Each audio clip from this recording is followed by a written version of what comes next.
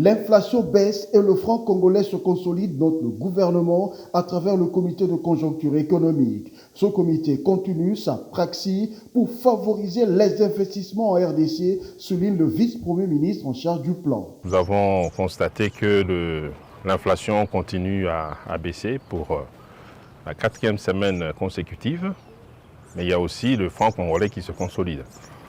À côté de ça, il y a la nouvelle sur la croissance qui s'affirme autour des 6%, ce qui est une bonne nouvelle.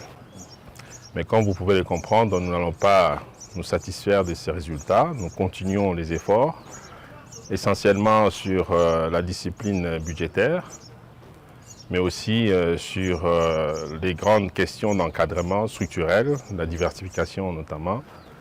Et puis il y a les grands programmes que vous connaissez des infrastructures, notre plan quinquennal.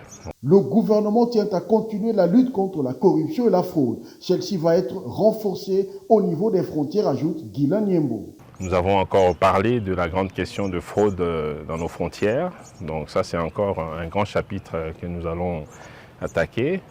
Nous allons continuer à repousser la fraude pour nous permettre de poursuivre sur notre lancée.